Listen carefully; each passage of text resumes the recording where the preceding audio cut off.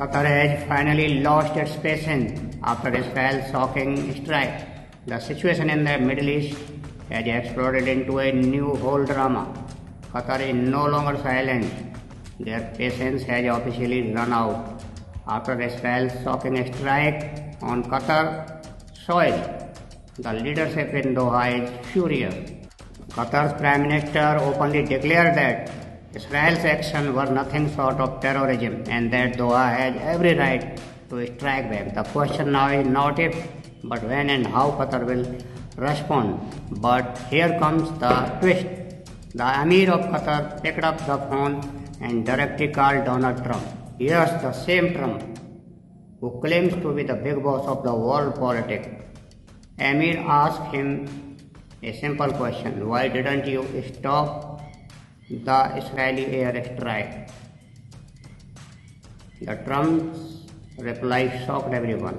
He said, "We were informed too late and we couldn't intercept the strike timing of Israeli jets." America and Israel are clearly hand in glove. The truth is simple. Washington will never shoot down the jets it proudly sold to Tel Aviv. Qatar, however, feels humiliated.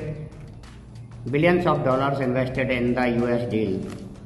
Billions were given for American protection, but what did they get in return? A direct Israeli strike. And when Qatar's Emir called Trump in anger, all he heard was a weak excuse: "We didn't have enough time." This is exactly why the Qatar leadership now believes they must strike back, otherwise Israel will attack again with even more confidence. Israeli media has already added fuel to the fire by claiming they informed Qatar, Egypt and even Turkey before the attack.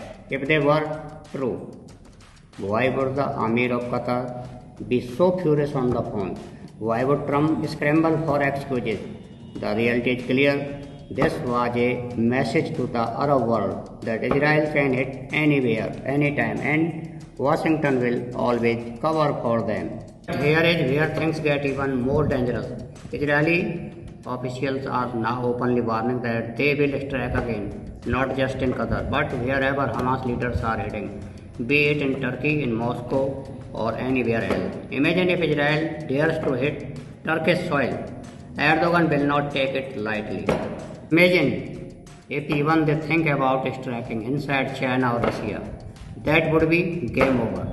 This is Global Affairs Academy. Don't forget to like, share and subscribe. And comment below whether Qatar should retaliate and hold back.